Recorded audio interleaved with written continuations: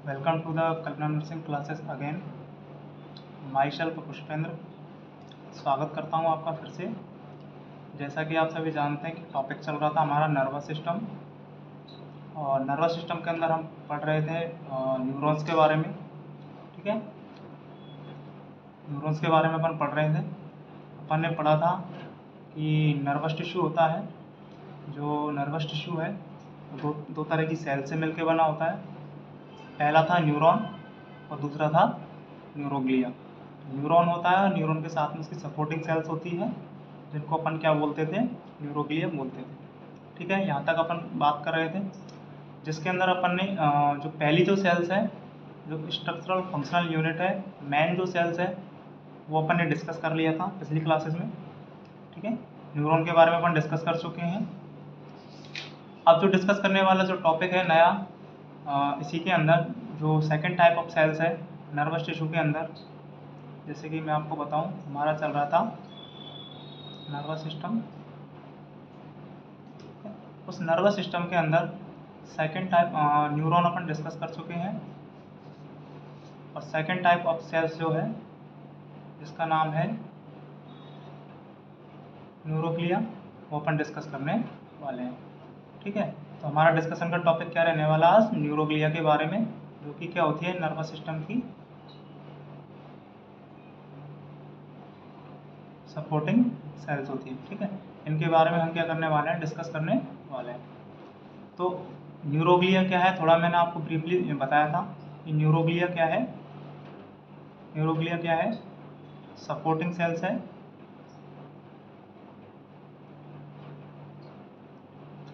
और बताया था मैंने कि ये क्या है, इनको अपन ग्लियल सेल्स भी बोलते हैं। क्या बोलते हैं अपन इनको, ग्लियल सेल्स बोलते हैं। और क्या बोलते हैं अपन इनको, और क्या बोलते हैं अपन इनको, इंटरस्टिशियल सेल्स भी बोलते हैं। और बताया था मैंने कि ये क्या होती है, नॉन न्यूरल सेल्स होती है। ठीक है, ये सारी चीज़ें मैंने आपको डिस्कस की थी पिछली क्लासेस के अंदर। ठीक है, न्यूरोग्लिया के अंदर अपन बात करें तो नर्वस सिस्टम के अंदर जो न्यूरोग्लिया है, जो न्यूरॉन की सपोर्टिंग सेल्स है, न्यूरॉन के साथ में काम करने वाली जो है, जो सेल्स है, वो कौन कौन सी होती है, किस टाइप की होती है, उसको डिस्कस करने के लिए मैं आगे अगली स्लाइड में आपको एक डायग्राम दिखाने वाला हूँ। उस डायग्राम के जरिए मैं आपको समझाने की कोशिश करूँगा।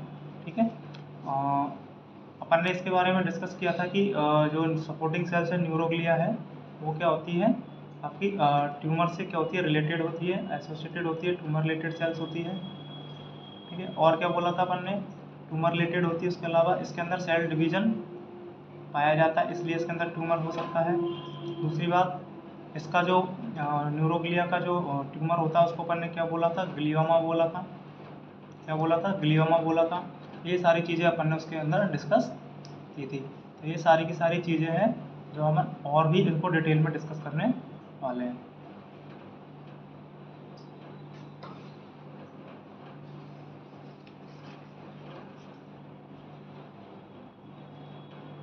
ठीक है, तो अब आगे हम आपको मैं नेक्स्ट स्लाइड में दिखाता हूँ कि कौन कौन सी सेल्स होती है। जिस तरह से आप ये स्लाइड देख रहे हो, ठीक है, इस स्लाइड को देखोगे आप, तो इस स्लाइड को ज़रा गौर से देखने की कोशिश कीजिए।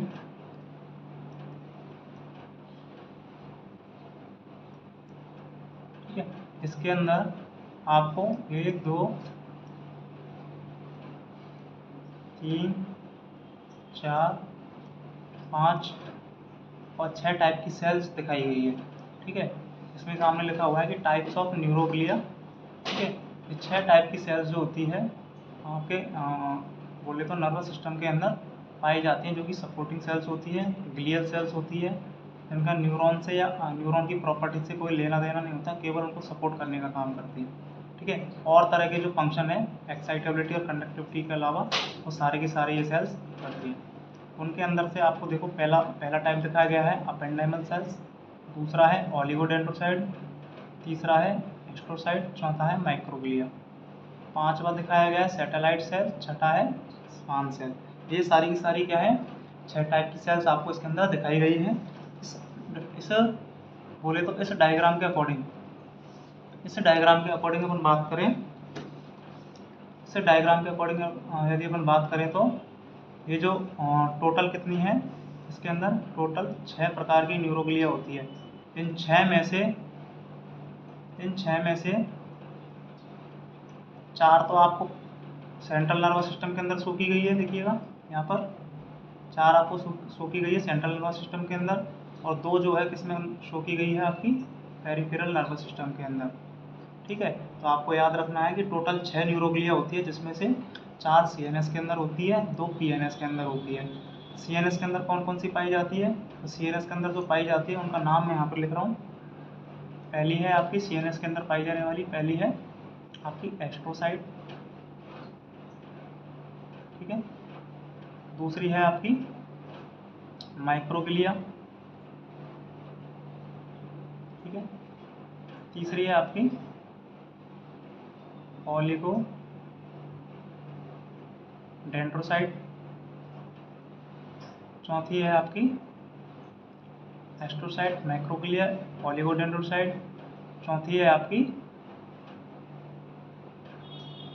Ependymal cell. ये 4 प्रकार की जो न्यूरोग्लिया है वो किसमें पाई जाती है, आपकी सेंट्रल नर्वस सिस्टम के अंदर पाई जाती है। सेंट्रल नर्वस सिस्टम यानी कि क्या, ब्रेन एंड स्पाइनल कॉर्ड, ठीक है। इसके अंदर पाई जाने वाली 4 प्रकार की न्यूरोग्लिया है, टोटल कितनी है, 4 है। 6 में से 4 जो होती है सीएनएस के अंदर पाई जाती है, बाकी की किसमें पाई जाती है, आपकी बाकी की जो आपकी 2 है, बाकी की जो 2 आपकी न्यूरोग्लिया है, पहली कौन सी है आपकी स्वान सेल, और दूसरी है आपकी सैटेलाइट सेल्स। ये दोनों की दोनों किसमें पाई जाती है, आपकी पेरिफेरल नर्वस सिस्टम का पार्ट होती है, ठीक है। पेरिफेरल नर्वस सिस्टम का मतलब, पेरिफेरल नर्वस सिस्टम में कौन कौन सा आता है, आपका क्रेनियल नर्व, पेरिफेरल मतलब जो कि पेरिफेरी में है, क्रेनियल एंड स्पाइनल नर्व, ठीक है। आपको याद होना चाहिए कि ब्रेन और स्पाइनल कॉर्ड सीएनएस के अंदर आता है, और क्रेनियल नर्व और आपकी स्पाइनल जो नर्व है वो किसमें आती है, पेरिफेरल नर्वस सिस्टम के अंदर आती है। कैसे, जैसे कि आपका मैं बात करूँ तो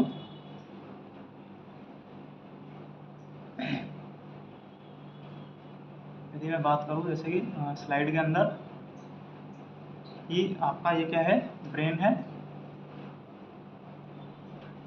ठीक है, ये ब्रेन है, ये क्या है, आपकी स्पाइनल कॉर्ड है, ब्रेन है और ये स्पाइनल कॉर्ड है।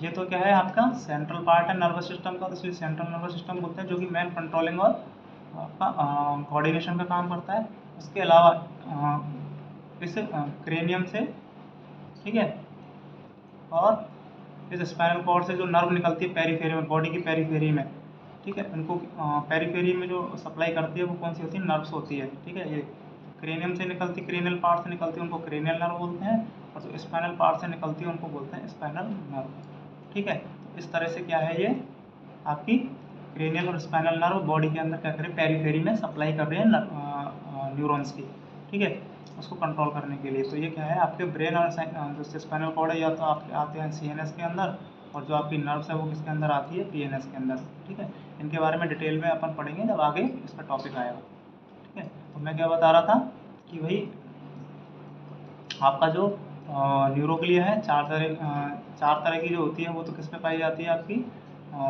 सीएनएस के अंदर, और 2 तरह की जो है वो किस में पाई जाती है, आपकी बोले तो पेरिफेरल नर्वस सिस्टम के अंदर, ठीक है। यहाँ अपन बात करें, यहाँ यदि अपन बात करें तो आपकी जो मैं बात करूँ कि भाई आपसे क्वेश्चन पूछा जाए कि numbers of neuroglia, numbers of neuroglia, ठीक है, किसके अंदर पूछे आपसे कि भाई टोटल कितनी होती है, टोटल कितनी होती है, तो आपको बोलना है कितनी होती है, टोटल 6 होती है। वो आपसे पूछे सीएनएस के अंदर कितनी होती है, बोलना 4 होती है। पीएनएस के अंदर पूछे तो बोलना 2 होती है, ठीक है। यदि आपसे पूछे वो भाई ब्रेन के अंदर कितनी न्यूरोग्लिया होती है, तो क्या बोलोगे, ब्रेन किसके अंदर आता है, सेंट्रल नर्वस सिस्टम के अंदर, तो क्या बोलोगे 4। आपसे पूछे कि भाई क्रेनियल नर्व के अंदर पाई जाने वाली न्यूरोग्लिया कौन कौन सी है, कितनी कितने टाइप की होती है, तो बोलना 2 होती है। कौन कौन सी होती है आपकी, मैंने अभी बताया, एक तो होती है स्वान सेल और एक होती है आपकी सैटेलाइट सेल। तो आप याद रखोगे ये सारी चीज़ें, ठीक है। वो आपसे पूछ सकता है स्पाइनल नर्व में कितनी होती है, तो स्पाइनल नर्व में 2 तरह की पाई जाती है आपकी, पेरिफेरल नर्वस सिस्टम का पार्ट है, तो पेरिफेरल नर्वस सिस्टम में 2 होती है, स्वान सेल और सैटेलाइट सेल। आपके सीएनएस बोल दे तो 4 बताना है आपको, सीएनएस में कोई भी पार्ट बोल सकता है वो आपसे, ठीक है। ब्रेन बोल सकता है, स्पाइनल कॉर्ड बोल सकता है। ब्रेन और स्पाइनल कॉर्ड में कौन कौन सी आपकी न्यूरोग्लिया है, कितनी होती है, 4 होती है। कौन कौन सी होती है आपको याद रखना, कौन कौन सी होती है आपको, आपकी एस्ट्रोसाइट होती है, मैक्रोग्लिया होती है, ओलिगोडेंड्रोसाइट्स होती है, एपेंडाइमल सेल्स होती है। आपसे स्पाइनल नर्व का पूछ ले, क्रेनियल नर्व का पूछ ले, पेरिफेरल नर्वस सिस्टम नाम लेके बोले, तो आपको याद रखना 2 होती है, स्वान सेल और आपकी सैटेलाइट सेल। तो आपको इतना याद रखना है। अब हम डिस्कस करने वाले हैं, एक एक को अपन डिस्कस करेंगे, एक एक जो न्यूरोग्लिया है उसको अपन डिटेल में डिस्कस करने वाले हैं। तो पहला जो डिस्कशन का टॉपिक रहेगा हमारा रहेगा एस्ट्रोसाइट्स को, मैं पहले उठाऊंगा एस्ट्रोसाइट्स को, ठीक है। एस्ट्रोसाइट्स के बारे में यदि अपन बात करें, तो ये जो देखिएगा इस डायग्राम को जरा गौर से देखिएगा, इस डायग्राम को जरा देखिएगा। ये जो डायग्राम है इसके अंदर आपको एक न्यूरॉन दिखाई दे रहा है, ठीक है, न्यूरॉन दिखाई दे रहा है। उस न्यूरॉन के ये जो पेरिफेरी में देखिएगा, न्यूरॉन के पेरिफेरी में ये जो सेल्स दिखाई गई है आपको, ये वाली, ये है आपकी एस्ट्रोसाइट्स। क्या है, एस्ट्रोसाइट है, जो कि कैसे दिख रही है, ऐसे दिख रही है कि जैसे कि स्टार शेप की आपको एक स्ट्रक्चर दिख रही है, ठीक है, स्टार शेप की एक स्ट्रक्चर दिख रही है, जिसको अपन क्या बोलते हैं, एस्ट्रोसाइट बोलते हैं।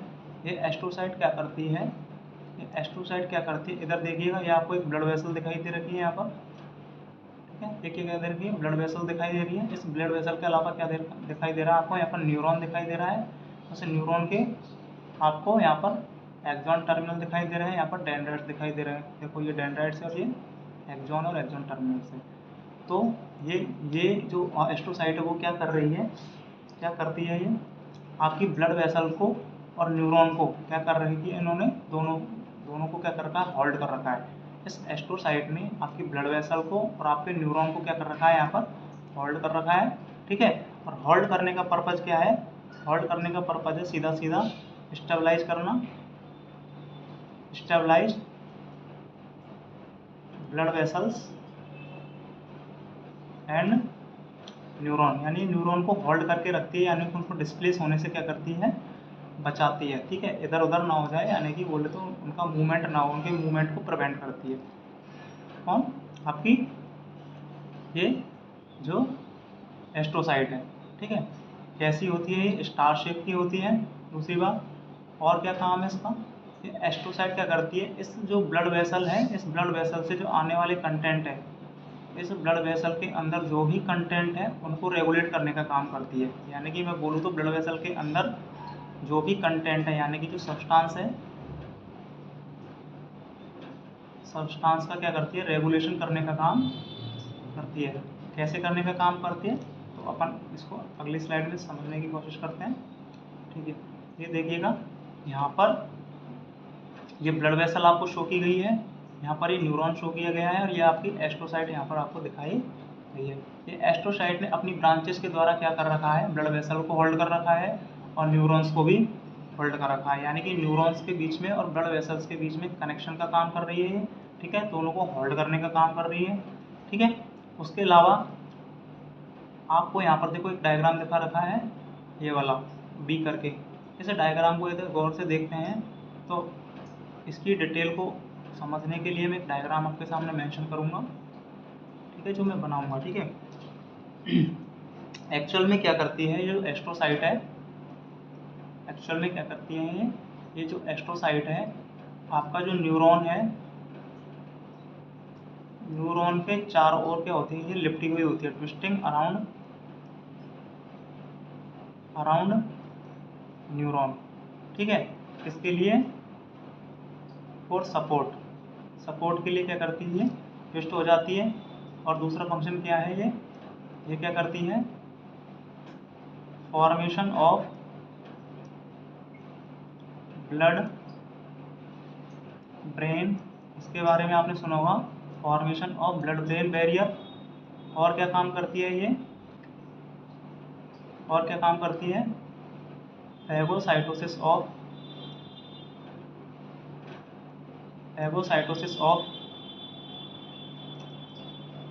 Neuro transmitter when not required. जब न्यूरो ट्रांसमीटर की ज़रूरत नहीं होती है तो उस टाइम में उसको वहाँ से फैगोसाइटिस करने का काम करती है, बोले तो वहाँ से रिमूवल का काम करती है। कैसे करती है उसको समझने के लिए हमको क्या करना है, एक डायग्राम के थ्रू गुजरना पड़ेगा। ठीक है, वो डायग्राम के थ्रू क्या, जैसे कि मान लीजिए आपकी ये ब्लड वेसल है, ठीक है, ये आपकी क्या है, ब्लड वेसल है। इस ब्लड वेसल के अंदर क्या है, ये कंटेंट है या फिर क्या है, सब्सटेंस है। ठीक है, कोई भी सब्सटेंस, इसके अंदर बहुत सारे सब्सटेंस होते हैं। ठीक है, और उस ब्लड वेसल के बाहर, और या फिर बोले तो इधर की तरफ क्या है, आपका ब्रेन टिश्यू है। इसको क्या बोला हमने, ब्रेन टिश्यू है। ठीक है, तो एस्ट्रोसाइट क्या है कि आपका क्या है, ये ब्लड वेसल है, ये है आपका ब्रेन टिश्यू। और इन दोनों के बीच में जो स्पेस होता है इसको बोलते हैं अपन इंटरस्टिशियल स्पेस। ठीक है, इसको क्या बोलते हैं अपन, इंटरस्टिशियल स्पेस बोला जाता है। ठीक है, इस ब्लड वेसल को यदि मैं दूसरे तरीके से बनाऊं तो अपन इसको इस तरह से बना सकते हैं। ठीक है, इस ब्लड वेसल को हम क्रॉस सेक्शन लेंगे तो हम इस ब्लड वेसल को इस तरह से बना रहा हूँ, इसके ल्यूमेन को हम इस तरह से बना रहे हैं। ठीक है, ओके, इसके अंदर इस तरह की क्या है, आपकी छोटी छोटी क्या बनी हुई थी है, ये एंडोथीलियल सेल्स होती है, बेसमेंट मेम्ब्रेन होती है एंडोथीलियम की। ठीक है, और इसके ये जो कॉर्नर है इन पर क्या पाए जाते हैं, पोर्स पाए जाते हैं। क्या पाए जाते हैं, पोर्स पाए जाते हैं। क्या है ये, पोर्स हैं। तो मैंने क्या बोला, ये ब्लड वेसल है। ठीक है, इस ब्लड वेसल के चारों बोले तो इसकी लाइनिंग पर क्या है, एंडोथीलियम की मेम्ब्रेन है। और इस एंडोथीलियम के बीच में क्या पाए जाते हैं, पोर्स पाए जाते हैं। क्या पाए जाते हैं, पोर्स पाए जाते हैं। और इसके अंदर क्या है, बहुत सारे अलग अलग टाइप के क्या है, सब्सटेंस पाए जाते हैं। ठीक है, ये आपका इंटरस्टिशियल स्पेस है, ये आपका क्या है, ब्रेन टिश्यू। ठीक है, तो मैं क्या कहना चाह रहा हूँ, मैं ये कहना चाह रहा हूँ कि जो एस्ट्रोसाइट है, एस्ट्रोसाइट जो है आपका जो ब्लड वेसल्स है, ठीक है, ये जो ब्लड वेसल्स है, इस ब्लड वेसल के को होल्ड करके रखती है, इस ब्लड वेसल को होल्ड करके रखती है। और होल्ड करने के बाद ये जो सब्सटेंसेज है, इनका जो मूवमेंट होता है, उसको कंट्रोल करती है। कैसे कंट्रोल करती है, उसको कंट्रोल करने के लिए यहाँ पर आपको एक डायग्राम शो करना है। जैसे कि आपका क्या है, ये ब्लड वेसल है। ठीक है, इस ब्लड वेसल के चारों तरफ इस तरह से क्या कर रखा है, एस्ट्रोसाइट ने इसको कंप्रेस कर रखा है। क्या कर रखा है, कंप्रेस कर रखा है इस ब्लड वेसल को।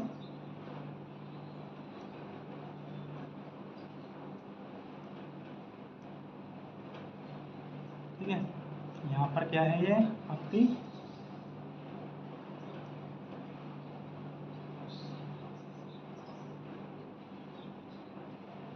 ठीक है, तो इसके अंदर क्या है कि ये एस्ट्रोसाइट क्या करती है, इस ब्लड वेसल को चारों तरफ से क्या कर लेती है, कंप्रेस कर लेती है। क्या है, एस्ट्रोसाइट है। ये सारी सारे क्या है, एस्ट्रोसाइट्स है। ये एस्ट्रोसाइट इस ब्लड वेसल को क्या करती है, चारों तरफ से कंप्रेस करती है। और ये सारी क्या है, इसकी एंडोथेलियल बेसमेंट मेम्ब्रेन है। इसके अंदर क्या है, बीच में पोर्स है। जब ये एस्ट्रोसाइट चारों तरफ से इसको क्या करती है, कंप्रेस करती है। तो कंप्रेस करने की वजह से यहाँ पर प्रेशर पड़ता है। जब प्रेशर पड़ता है तो ये जो पोर्स है वो क्या हो जाते हैं, क्लोज। पोर क्या हो जाते हैं यहाँ पर, पोर्स क्या हो जाते हैं, क्लोज हो जाते हैं। जब क्लोज हो जाते हैं तो इनसे जाने वाला जो मटेरियल है, जो भी सब्सटेंसेज है, उनकी उनका जो ट्रांसपोर्टेशन है वो क्या हो जाता है, बंद हो जाता है। ट्रांसपोर्टेशन बंद हो जाता है तो ये जो सब्सटेंसेज है किसके थ्रू जाना चालू कर देते हैं, इस सेल की मेम्ब्रेन के थ्रू, सेल मेम्ब्रेन के थ्रू जाना स्टार्ट कर देते हैं। तो उनके लिए बचा बचा हुआ रास्ता कौन सा है, सेल मेम्ब्रेन, ठीक है। और सेल मेम्ब्रेन अब क्या करता है, उनके लिए एक तरह से ट्रांसपोर्टेशन का काम करता है। तो मैंने क्या बोला कि जो ब्लड वेसल्स है, इस ब्लड वेसल के चारों तरफ क्या है, बोले तो इसकी इनर लाइनिंग में एंडोथेलियम बेसमेंट मेम्ब्रेन है। उन सेल्स के बीच में, एंडोथेलियल सेल्स के बीच में पोर्स पाए जाते हैं। ये पोर्स क्या करते हैं, सब्सटेंसेस के मूवमेंट के लिए, ठीक है, इनवर्ड और आउटवर्ड मूवमेंट के लिए रेस्पॉन्सिबल होते हैं, ठीक है। और इनके मूवमेंट में जो रुकावट का काम कौन करता है, आपका जो एस्ट्रोसाइट्स है, ये एस्ट्रोसाइट्स क्या करती हैं, इसको चारों तरफ से इस तरह से घेर लेती है, ठीक है, इसको चारों तरफ से घेर लेती है। और जब इनको चारों तरफ से कंप्रेस करती है तो ये पोर्स हो जाते हैं बंद। पोर्स बंद हो जाते हैं तो बचा क्या, सेल आपस में क्या हो जाती है, पास पास में आ जाती है, तो पोर बिल्कुल बंद हो जाता है। पोर बंद होने से क्या होगा, अब जो सब्सटेंस का मूवमेंट है वो प्रॉपर तरीके से नहीं हो पाता। तो उनके लिए केवल और केवल उनके लिए मजबूरी हो जाती है कि उनको सेल मेम्ब्रेन के थ्रू पास करना पड़ता है, सेल मेम्ब्रेन के थ्रू पास होना पड़ता है। यानी कि पहले उनको सेल मेम्ब्रेन के अंदर एंटर करना पड़ता है, एंडोथेलियम के अंदर एंटर करना पड़ता है, फिर उसके बाद में उनको एस्ट्रोसाइट के अंदर एंटर करना पड़ता है, और फिर आपके आगे की जो प्रक्रिया है वो स्टार्ट होती है, आगे की प्रोसेस के थ्रू होकर गुजरना पड़ता है। तो उनके लिए एक तरह से बैरियर का काम कर दिया किसने, एस्ट्रोसाइट ने। तो एस्ट्रोसाइट के अंदर होकर उनको जाना पड़ता है। कैसे देखिएगा, ये मैंने वापस से बनाया आपका, देखिएगा एक मिनट, बहुत अच्छा कंसेप्ट है, इसको समझने के लिए हमको टाइम लगेगा थोड़ा। मैंने बोला कि ये क्या है आपकी, ये बेसमेंट मेम्ब्रेन है, ठीक है। ये बेसमेंट मेम्ब्रेन के कॉर्नर पे क्या है, ये पोर्स है, क्या है, पोर्स है। जब जब आपकी एस्ट्रोसाइट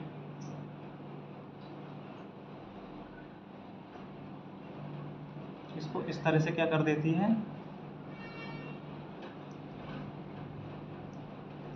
जब आपकी एस्ट्रोसाइट्स इसको इस तरह से क्या कर देती है, कंप्रेस कर देती है, ठीक है।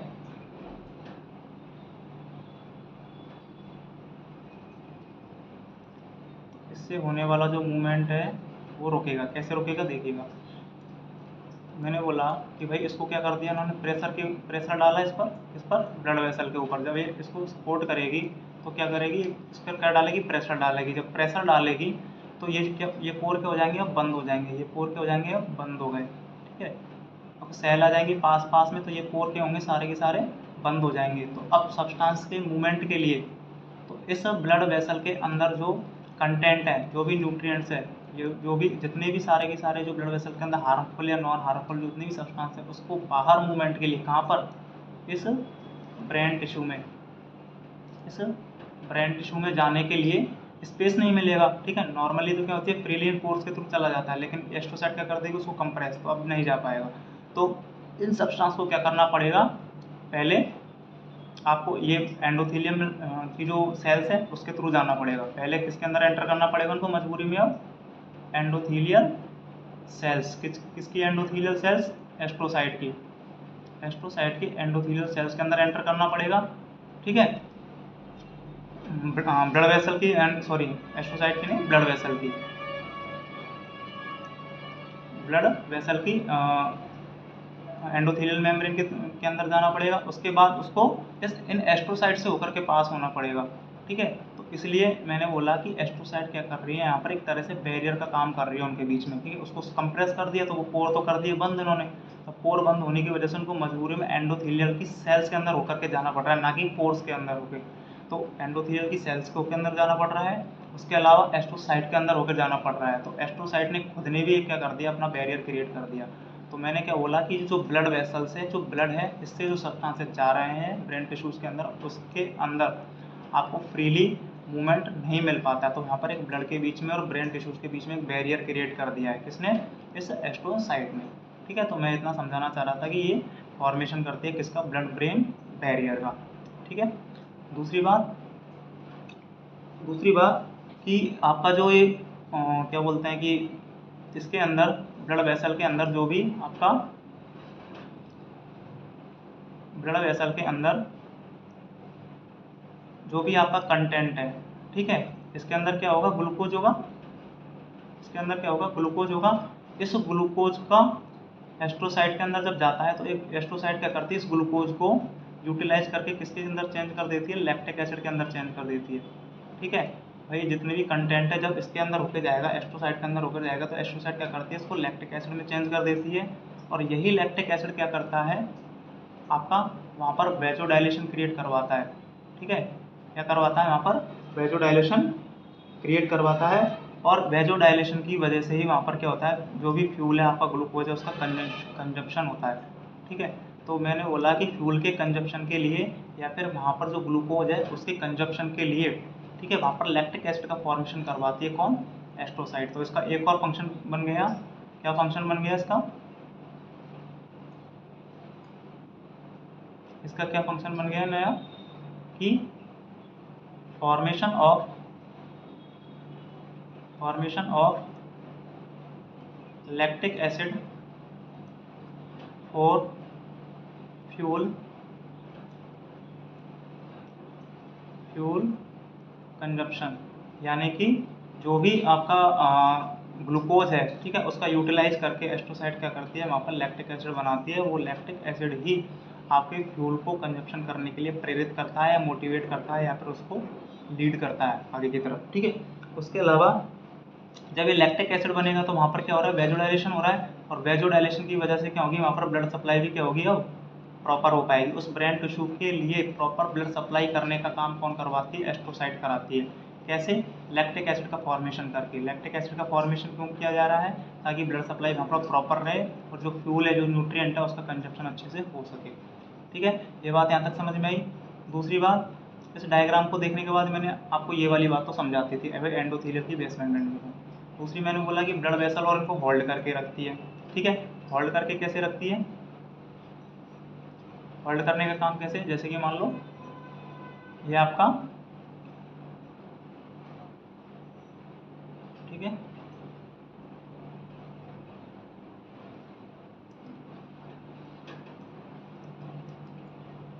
ठीक है, होल्ड करने का काम कैसे करेगी? कि भाई आपका ये न्यूरॉन है,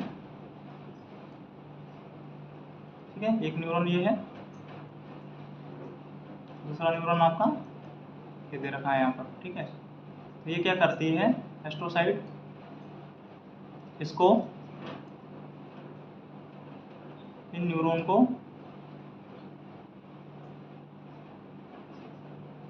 इसका है, तो ये क्या करती है? इस तरह से न्यूरॉन को होल्ड करने का काम करती है। चारों तरफ जो न्यूरॉन है, ठीक है, तो इस तरह से क्या करेगी? एक ब्रांच इसको होल्ड कर लेती है, एक ब्रांच इसको होल्ड कर लेती है। यानी कि या फिर इसको तरीके से बनाए तो अपन ऐसे बात करते हैं भाई कि अपन को 4-5 न्यूरॉन बनाने पड़ेंगे इसके लिए। मान लो कि एक न्यूरॉन ये है, ठीक है, आपका एक न्यूरॉन ये है, चारों तरफ बना लेते हैं अपन। एक न्यूरॉन ये दे रखा, ठीक है, अब एक न्यूरॉन अपन ने इस तरफ ऐसे बना दिया। ठीक है, तो ये जो एस्ट्रोसाइट है, एस्ट्रोसाइट क्या करती है कि भाई जो भी आपका न्यूरॉन है, एक साइड से तो इसको होल्ड कर लेती है एक ब्रांच से, दूसरी ब्रांच से इस तरह से होल्ड कर लेती है तीसरे न्यूरॉन को, और चौथी ब्रांच से चौथे न्यूरॉन को। तो इस तरह से क्या करती है? ये इनको न्यूरॉन को होल्ड करने का काम करती है। ठीक है, तो न्यूरॉन को क्या करती है? होल्ड करने का काम करती है। बात समझ में आई यहाँ पर? तो मैंने क्या बोला? है यहाँ पर, क्या समझाया आपको कि इसने क्या किया है? यहाँ पर न्यूरॉन्स को होल्ड कर रखा है। दूसरी बात क्या करती है? इसके बीच में पाई जाने वाली जो ब्लड वेसल्स है, ठीक है, इनके बीच में जो भी ब्लड वेसल पाई जाएगी, तरह से जो ब्लड वेसल्स पाई जाती है उनको भी क्या करती है, ये होल्ड करने का काम करती है, ठीक है, उनको भी होल्ड करने का काम करती है। और उसके साथ साथ वो सब काम करती है जो कि मैंने अभी आपको समझाया था कि वह ब्लड ब्रेन बैरियर का फॉर्मेशन करती है, कुछ सेलेक्टिव सब्सटेंसों को बाहर जाने देती है, ग्लूकोज का यूटिलाइजेशन करवा करके वहाँ पर लैक्टिक एसिड का फॉर्मेशन करती है, वैसोडाइलेशन कराती है ताकि proper blood supply brain tissues को हो सके। ये सारे काम वहाँ पर क्या करती है, कौन, एस्ट्रोसाइट किया करती है, ठीक है। और यहाँ पर एक क्या करती है, इस जगह पर इनको पोर को बंद करके एक टाइट जंक्शन बना देती है। क्या बना देती है, यहाँ पर एक टाइट जंक्शन बना देती है। तो ये टाइट जंक्शन की वजह से क्या होता है, चीज़ें प्रॉपरली या अनवांटेड चीज़ें क्या होती है इसके थ्रू आपके पास नहीं हो पाती है, और सेलेक्टिव चीज़ें क्या होती है इन मेम्ब्रेन के थ्रू, सेल की एंडोथेलियम बेसमेंट मेम्ब्रेन के थ्रू, रेस्ट्रोसाइट के थ्रू पास होती है, किसके लिए, ब्रेन टिश्यूज़ के लिए, ठीक है। ये आपको यहाँ समझने वाली बात है, ठीक है। नेक्स्ट यदि अपन बात करें, अगला काम क्या करती है ये कि भाई जो न्यूरॉन है, जो न्यूरॉन है, जो न्यूरॉन है उस न्यूरॉन के अंदर अपन को पता है यहाँ पर क्या है, ये एक्सॉन है, और एक्सॉन के अंदर क्या होता है, यहाँ पर आपका नर्व का कंडक्शन होता है, नर्व का क्या होता है, कंडक्शन होता है। और यहाँ पर आपकी जो ये एस्ट्रोसाइट है क्या करती है, इसको होल्ड करके रखती है। अपन ने पढ़ा, एक तो इसको होल्ड करके रखेगी, ठीक है, एक इसको होल्ड करके रख लिया, ठीक है, एक इसको होल्ड करके रख लिया, और एक चौथे न्यूरॉन को इस तरह से होल्ड करके रख लिया। और साथ ही साथ में यहाँ पर पाई जाने वाली जो ब्लड वेसल्स है उनको भी वो होल्ड करके रखती है, ठीक है। ये सारी चीज़ें आपको समझ में आनी चाहिए। तो अब क्या करेगी कि यहाँ पर अपन को पता है इस टर्मिनल में क्या होते हैं, यहाँ पर क्या होते हैं, वेसिकल्स होते हैं। क्या होते हैं, यहाँ पर वेसिकल्स होते हैं। कौन से वेसिकल्स होते हैं, साइनेप्टिक वेसिकल्स होते हैं, ठीक है। यहाँ भी क्या होते हैं, ये क्या है, आपके डेंड्राइट्स है, और इन दोनों के बीच में जो स्पेस होता है इसको बोलते हैं अपन साइनेप्स। क्या बोलते हैं, साइनेप्स बोलते हैं, ठीक है। तो ये एस्ट्रोसाइट क्या करते हैं, यहाँ पर आपको इस न्यूरॉन के लिए एक्सॉन टर्मिनल पर कैल्शियम की क्या करवाती है, व्यवस्था करवाती है, कैल्शियम का रेगुलेट करवाती है। और जब ये कैल्शियम इस एक्सॉन टर्मिनल के अंदर एंटर करता है या फिर इन साइनेप्टिकल वेसिकल अंदर एंटर करता है, तो अपन जानते हैं कि इन वेसिकल्स के अंदर पाया जाता है कौन, न्यूरोट्रांसमीटर। कौन पाया जाता है, केमिकल पाया जाता है, जिसको न्यूरोट्रांसमीटर बोलते हैं। जैसे ही कैल्शियम का क्या होता है, यहाँ पर इनफ्लक्स होता है, कहाँ पर, इन वेसिकल्स के अंदर इनफ्लक्स होता है, किसके अंदर, इन टू वेसिकल्स। जैसे ही कैल्शियम का वेसिकल्स के अंदर इनफ्लक्स होता है तो ये क्या होती है, वहाँ पर एक्सेसिव कैल्शियम होने पर ये जो यहाँ पर वेसिकल्स है क्या हो जाती है, रप्चर हो जाती है। और रप्चर होने के बाद में यहाँ पर क्या होता है, इस न्यूरोट्रांसमीटर का क्या होता है, रिलीज होता है। क्या होता है, यहाँ पर न्यूरोट्रांसमीटर रिलीज होता है। और यही न्यूरोट्रांसमीटर क्या करता है, यहाँ पर जो भी इंफॉर्मेशन उसको आगे इस दूसरे न्यूरॉन के डेंड्राइट्स के पास में पहुँचाने का काम करता है या फिर भेजने का काम करता है। और फिर ये डेंड्राइट्स क्या करते हैं, या दूसरा वाला न्यूरॉन उसको कैच करके आगे कंडक्शन कराने का काम, आगे इंफॉर्मेशन को पहुँचाने का काम करता है। तो सेम सिक्वेंस में ये सारी चीज़ें चलती रहती है, ठीक है। तो मैंने क्या बोला, ये एस्ट्रोसाइट क्या करते हैं, यहाँ पर पर्याप्त मात्रा में कैल्शियम इस न्यूरॉन टर्मिनल पर या फिर इस एक्सॉन टर्मिनल पर इस साइनेप्टिक वेसिकल्स को प्रोवाइड कराती है। जब इस साइनेप्टिक वेसिकल के अंदर कैल्शियम एक्सेसिव हो जाता है या फिर पर्याप्त मात्रा में हो जाता है तो उस कंडीशन में वेसिकल्स हो जाती है रप्चर। और रप्चर होने के बाद में यहाँ पर स्पेसिफिक न्यूरोट्रांसमीटर रिलीज होता है। और न्यूरोट्रांसमीटर रिलीज होने के बाद में यही न्यूरोट्रांसमीटर एक केमिकल मैसेंजर का काम करता है, और जो भी इंफॉर्मेशन फर्स्ट न्यूरॉन के अंदर आई है उस इंफॉर्मेशन को सेकंड न्यूरॉन के अंदर ट्रांसफर या ट्रांसमिट किया जाता है। अब होता क्या है कि एक तो क्या किया है इसने, कैल्शियम का इन्फ्लक्स करवाया है। एक काम क्या हो गया, कैल्शियम का इन्फ्लक्स करवाना, किसके लिए, फॉर न्यूरोट्रांसमीटर रिलीज। तो मैं क्या कह सकता हूँ कि यहाँ पर एक और फंक्शन हो गया किसका, एस्ट्रोसाइट का, कि भाई कैल्शियम का रिलीज करवा रही है, किसके लिए, न्यूरोट्रांसमीटर के रिलीज के लिए। और जब मान लो कि यहाँ पर रिलीज होने वाला, मान लो कि क्या था, जो न्यूरोट्रांसमीटर उसका नाम क्या है, एसिटाइलकोलिन है, ठीक है। तो ये क्या करती है कि जब यहाँ पर देखो, उसको मैं थोड़ा मिटाने की कोशिश करते हैं अच्छे से समझाने के लिए, कि भाई यहाँ पर क्या हुआ है, यहाँ पर क्या है कि ये आपका न्यूरॉन है, ठीक है। जब यहाँ पर आपका एक बार जब जो न्यूरोट्रांसमीटर उसका जब काम फ्री हो जाता है, ठीक है, एसिटाइलकोलिन ने क्या किया, यहाँ पर कंडक्शन करवाया, ठीक है, साइनप्स पर आकर के यहाँ से निकला और कौन, ACH, ठीक है, यहाँ पर काम फिनिश हुआ। काम फिनिश होने के बाद में ये जो एसिटाइलकोलिन यहाँ पर पड़ा हुआ रहता है, इस एसिटाइलकोलिन का यहाँ पर कोई काम नहीं है, तो इस एसिटाइलकोलिन को यहाँ से रिमूव करने का काम भी कौन करती है, ये एस्ट्रोसाइट करती है, ठीक है। यानी कि बोले तो इस एसिटाइलकोलिन को क्या करती है, यहाँ से ये खा जाती है, बोले तो उसका फैगोसाइटोसिस कर देती है। क्यों इसका फैगोसाइटोसिस करना क्यों जरूरी है, इसलिए जरूरी है क्योंकि यहाँ पर यदि एसिटाइलकोलिन पड़ा रहा तो बार बार क्या करेगा, यहाँ पर ये बार बार क्या करेगा, यहाँ पर कंडक्शन कराएगा और एक्साइटेटरी या फिर बोले तो अननेसेसरी क्या करेगा, यहाँ पर अननेसेसरी क्या क्या करेगा, यहाँ पर स्टिमुलेशन देगा, ठीक है। तो अननेसेसरी स्टिमुलेशन को अवॉइड करने के लिए यहाँ पर एसिटाइलकोलिन जो एक्सेसिव रह जाता है, ठीक है, मतलब जो फर्स्ट कंडक्शन होने के बाद में, अपना काम खत्म होने के बाद में इस एसिटाइलकोलिन को यहाँ से रिमूव किया जाता है, फैगोसाइटिस किया जाता है, किसके द्वारा, इस एस्ट्रोसाइट के द्वारा, स्पेसिफिक है, ठीक है। वैसे इसको बोले तो नर्वस सिस्टम के अंदर फैगोसाइटोसिस अलग अलग तरह की फैगोसाइटिक सेल्स होती है, लेकिन यहाँ पर एस्ट्रोसाइट स्पेसिफिक फैगोसाइटिस करती है, किसका, न्यूरोट्रांसमीटर का, किसका करती है, न्यूरोट्रांसमीटर का। एक बार यूज होने के बाद में उस न्यूरोट्रांसमीटर को वहाँ से हटा दिया जाता है, और हटाने का काम कौन करती है, आपकी एस्ट्रोसाइट करती है। तो एस्ट्रोसाइट बेसिकली बहुत इंपॉर्टेंट रोल प्ले करती है नर्वस सिस्टम के अंदर। पहला मैंने बताया आपको, ठीक है, पहला मैंने बताया कि आपको क्या करती है, पहला मैंने बताया कि आपको क्या काम करती है, पहला कि भाई ये आपका सपोर्ट करने का काम तो करती है, उसके बाद क्या क्या करती है, फॉर्मेशन ऑफ, रिकैप कर लेते हैं अपन एक बार इसको, formation of blood brain barrier. दूसरा मैंने बोला आपका रेगुलेशन ऑफ सब्सटेंसेज, कि कौन से सब्सटेंस ब्रेन टिश्यूज तक जाएंगे, ठीक है, उसका रेगुलेशन करती है। तीसरा मैंने बताया था conversion of glucose into lactic acid के अंदर कन्वर्जन करती है, क्यों, for fuel consumption and proper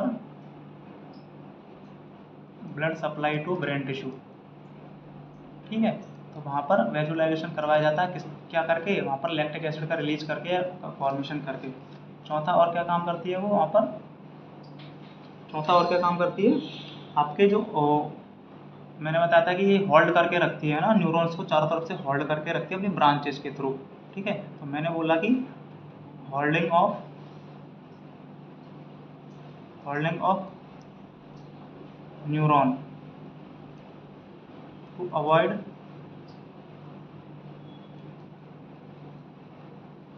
displacement of synapse, यानी कि जो साइनेप्स है, ठीक है, जो साइनेप्स है, जो दो न्यूरॉन है, दो न्यूरॉन के बीच में स्पेस है, उसको दोनों ब्रांच क्या करती है, होल्ड करके रखती है, ठीक है।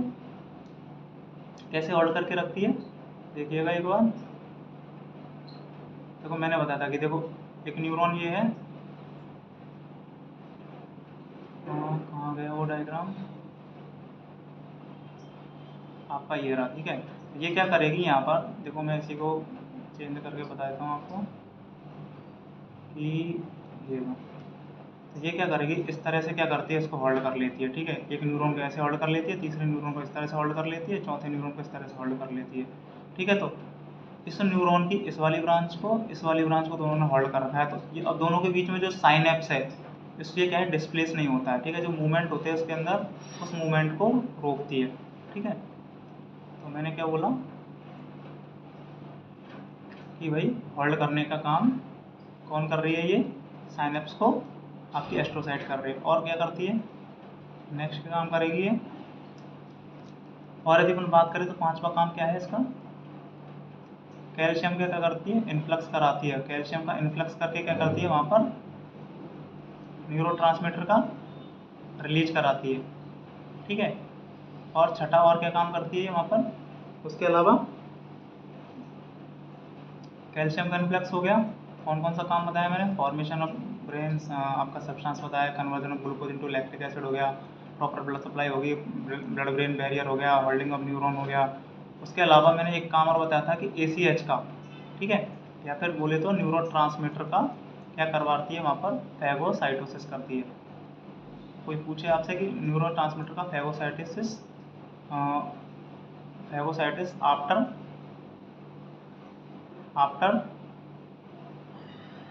आफ्टर यूज, ठीक है, आफ्टर यूज न्यूरोट्रांसमीटर का क्या करती है, वहाँ से फैगोसाइटिस करती है, बोले तो रिमूवल का काम करती है, ठीक है। ये सारी चीज़ें कौन करती है, आपके एस्ट्रोसाइट करती है। तो एस्ट्रोसाइट इतना बड़ा टॉपिक था, इसके अंदर एस्ट्रोसाइट इंपॉर्टेंट है, ठीक है, एग्जाम के पर्पज से।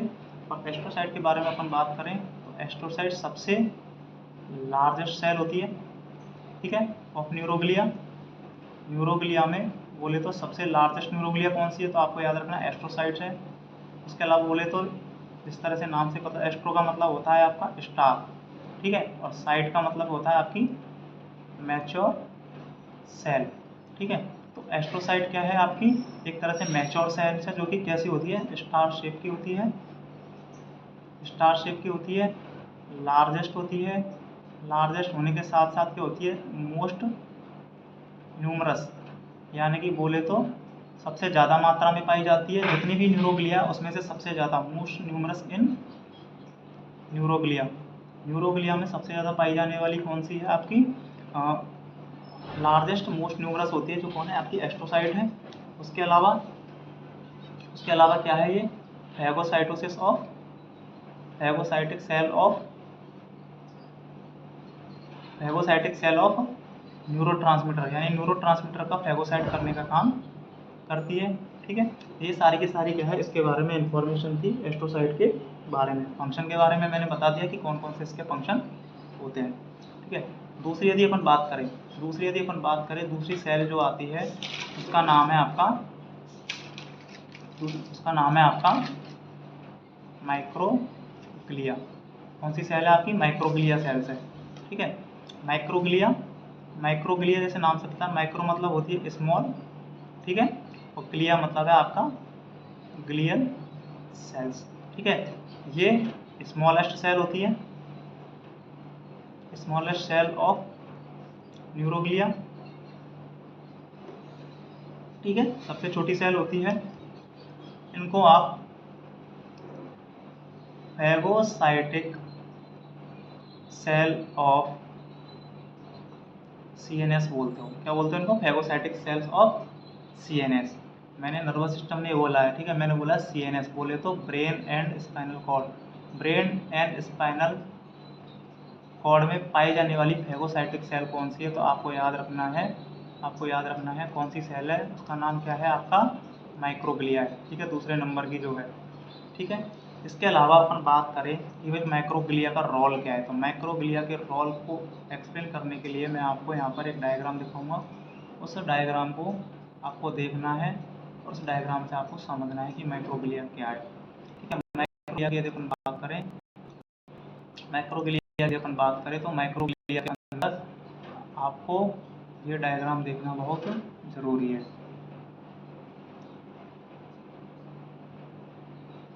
माइक्रोग्लिया के लिए आपको ये वाला डायग्राम देखना बहुत ज़रूरी है, जो मैं आपको दिखा रहा हूँ, ठीक है। देखिएगा एक मिनट।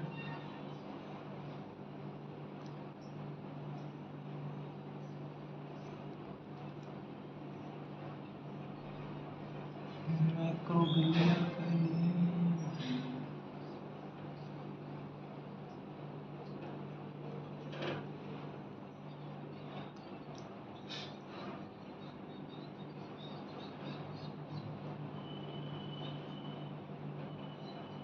ठीक है। तो माइक्रोग्लिया की अपन बात करें तो माइक्रोग्लिया क्या है, फैगोसाइटिक सेल है, ठीक है। जैसा कि अपन जानते हैं कि जो ब्लड वेसल है, जो ब्लड है, ब्लड के अंदर आपकी जो दो तरह की सेल्स होती हैं, एक होती है आपकी मोनोसाइट, एक होती है आपकी लिम्फोसाइट, ठीक है, जो कि एग्रेनुलोसाइट होती है, ठीक है। कौन से टाइप की सेल्स होती हैं, एग्रेनुलोसाइट्स। दो तरह की सेल्स है, ग्रेनुलोसाइट और एग्रेनुलोसाइट, WBC के अंदर। WBC के अंदर ग्रेनुलोसाइट्स होती है, ग्रेनुल्स होते हैं, यानी कि बोले तो ग्रेनुल्स के रूप में पाई जाती है। वो तो आती है आपकी एसिडोफिल्स, बेसोफिल्स, न्यूट्रोफिल्स होती है। जो आपकी एग्रेनुलोसाइट है जिसके अंदर ग्रेनुल्स नहीं होते हैं, वो दो तरह की सेल्स होती है, आपकी मोनोसाइट है और मोनोसाइट और आपकी लिम्फोसाइट है। तो मैं लिम्फोसाइट की बात ना करके मैं यहाँ पर बात कर रहा हूँ किसकी, मोनोसाइट की। ठीक है, ये मोनोसाइट क्या करती है, आपका जो ब्लड वेसल के अंदर, ये जो मोनोसाइट क्या करती है, आपका जो ब्लड वेसल है, ठीक है, इसके अंदर पाई जाती है। किसके अंदर पाई जाती है, ये इस ब्लड वेसल के अंदर पाई जाती है, बोले तो इस ब्लड के अंदर पाई जाती है। ये क्या काम करते हैं, यहाँ पर कोई भी जो सेल डेब्रिस है या फिर डेड सेल्स है, उनको क्या करती है, वहाँ पर रिमूव करने का काम करती है, या फिर कोई भी बैक्टीरिया वायरस है उनको रिमूव करने का काम करती है, जैसा कि अपन को पता है। ठीक है, मोनोसाइट क्या होती है, मोनो मतलब सिंगल, क्या होती है, सिंगल सेल होती है जो कि ये सारा काम करती है। कौन, मोनोसाइट, किसके अंदर, नॉर्मली ब्लड के अंदर, नॉर्मली ब्लड के अंदर। ठीक है, अपन को पता है, अपन को पता है कि ब्रेन टिश्यू के अंदर क्या होता है, ब्रेन के अंदर मान लो कि ये क्या है, ब्रेन टिश्यू है, क्या है ये, एक कोई ब्रेन टिश्यू है। ठीक है, इस ब्रेन टिश्यू के अंदर ये क्या है, आपका इंटरस्टिशियल स्पेस है, इंटरस्टिशियल स्पेस है। ठीक है, तो ब्लड वेसल है ये, यहाँ पर इंटरस्टिशियल स्पेस है, यहाँ पर क्या है, ब्रेन टिश्यू है। तो ब्लड के अंदर पाई जाने वाली जब मोनोसाइट, ब्लड के अंदर पाई जाने वाली जब मोनोसाइट बाहर आ जाती है, यहाँ पर इंटरस्टिशियल स्पेस में, यहाँ पर इंटरस्टिशियल स्पेस में, और ये इकट्ठी होकर के, ये इकट्ठी होकर के यहाँ पर एक कंबाइंड एक सेल बना लेती है, नई सेल का फॉर्मेशन करती है। ठीक है, कंबाइंड एक न्यू सेल का फॉर्मेशन करती है, जो कि कंपेयर में क्या होती है, इससे लार्ज होती है साइज में, लार्ज इन साइज। ठीक है, किससे, मोनोसाइट से, मोनोसाइट ब्लड में है। ठीक है, अपन ने बताया कि ब्लड के बीच में और ब्रेन टिश्यू के बीच में आपका इंटरस्टिशियल स्पेस होता है। ठीक है, मोनोसाइट जब इस ब्लड से बाहर आकर के, बहुत सारी मोनोसाइट आकर के कंबाइंडली, ठीक है, एक सेल, नई सेल का, बड़ी सेल का फॉर्मेशन कर लेती है, तो उस बड़े को, या फिर बोले तो साइज बड़ी होने को बोलते हो मैक्रो, और काम क्या है इसका, फैगोसाइटिक करना, तो इसको क्या बोल देंगे अपन, मैक्रोफेज। ठीक है, मोनोसाइट का काम भी क्या है, फैगोसाइटोसिस होता है, अपन को पता है ना, फैगोसाइटोसिस होता है ब्लड के अंदर, फैगोसाइटिक का काम कौन करती है, मोनोसाइट करती है। तो ये जब बहुत सारी सेल्स, ठीक है, आकर के ग्रुप में इकट्ठा हो जाती है, तो ये सेल हो जाती है बड़ी, है ना, तो इसको बोलते हैं मैक्रोफेज। तो मैंने क्या बोला कि ब्लड के अंदर पाई जाने वाली जो फैगोसाइटिक का काम करती है, उसको तो बोलते हैं आप फैगोसाइटिक सेल, या फिर बोलते हैं आप मोनोसाइट बोलते हैं। जब ये मोनोसाइट, ठीक है, बाहर आकर के इंटरस्टिशियल स्पेस में आकर के बड़ी सेल का फॉर्मेशन कर लेती है, ठीक है, तो उसको बोलते हैं आप मैक्रोफेज बोला जाता है, या बोले तो मैक्रोफेजिक सेल बोला जाता है, मैक्रोफैगोसाइटिक सेल बोला जाता है। ठीक है, तो यहाँ से एक बात कंक्लूड होकर निकल के आ रही है कि यदि ब्लड के अंदर यदि फैगोसाइटोसिस करना है, ब्लड के अंदर यदि फैगोसाइटोसिस का काम करती है, तो उसका नाम क्या है, आपका मोनोसाइट है। क्या है उसका नाम, मोनोसाइट है। कहाँ पाई जाती है, ब्लड के अंदर। लेकिन जब ये ब्लड से बाहर आकर के इंटरस्टिशियल स्पेस में आ जाती है, इंटरस्टिशियल स्पेस में आ जाती है, तो इंटरस्टिशियल स्पेस के अंदर यह काम कौन करती है, आपकी मैक्रोफेज करती है, जो कि क्या होती है, कंपेयर में लार्जर होती है, किससे, आपकी मोनोसाइट से। ठीक है, और होती क्या है, कॉम्बिनेशन ऑफ, या बोले तो ग्रुप ऑफ मोनोसाइट ही होता है। ये एक्चुअली क्या होता है, ग्रुप ऑफ मोनोसाइट ही होता है। तो दोनों के अंदर क्या है, मोनोसाइट सिंगल सेल है, ग्रुप ऑफ मोनोसाइट इसको मैक्रोफेज बोलते हैं। ये इंटरस्टिशियल स्पेस के अंदर पाई जाती है, या आपके ब्लड के अंदर पाई जाती है। इतनी सी बात समझने की थी। ठीक है, इसके अलावा यदि अपन बात करें तो माइक्रोग्लिया जो है, ये जो माइक्रोग्लिया जो है क्या करती है, आपके ब्लड के अंदर, या बोले तो ब्रेन टिश्यूज के अंदर फैगोसाइटिक करने का काम करती है। इतना अपन ने समझा है। तो सिंपली अपन को इतना सा अंदर अपन को याद रखना है कि सबसे स्मॉलेस्ट है, स्मॉलेस्ट सेल है, या बोले तो smallest cell of neuroglia. Neuroglia में सबसे छोटी कौन सी है, आपकी माइक्रोग्लिया है। आपके बोले तो बोले तो आपकी फैगोसाइटिक सेल कौन सी है आपकी, फैगोसाइटिक सेल, या फिर बोले तो मेन फैगोसाइटिक सेल। ठीक है, मैं एस्ट्रोसाइट की बात नहीं कर रहा हूँ यहाँ पर, main phagocytic cell of CNS। ठीक है, मैं पेरिफेरल से ना तो मैं PNS की बात कर रहा हूँ यहाँ पर, ठीक है, और ना ही मैं एस्ट्रोसाइट की बात कर रहा हूँ। एस्ट्रोसाइट स्पेसिफिक किसके लिए है, न्यूरोट्रांसमीटर के लिए। ठीक है, इतना अपन को याद रखना है।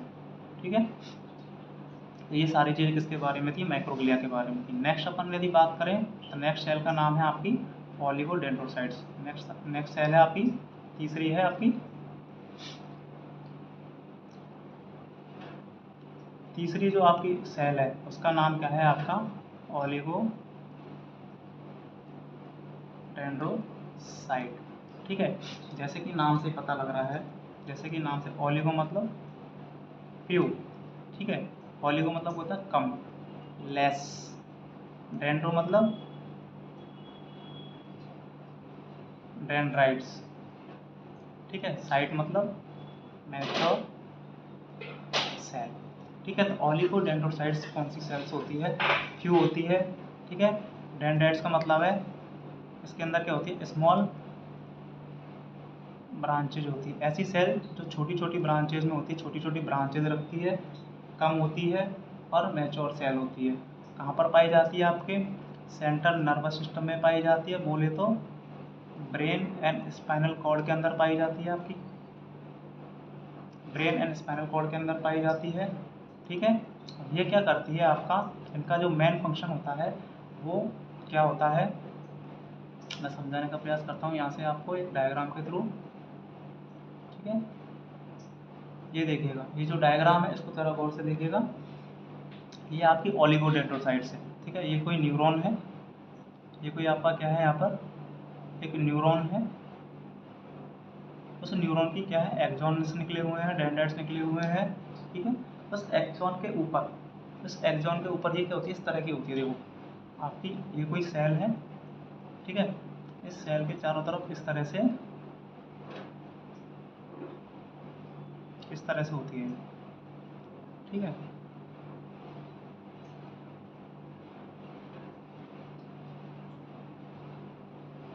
इस तरह से होती है।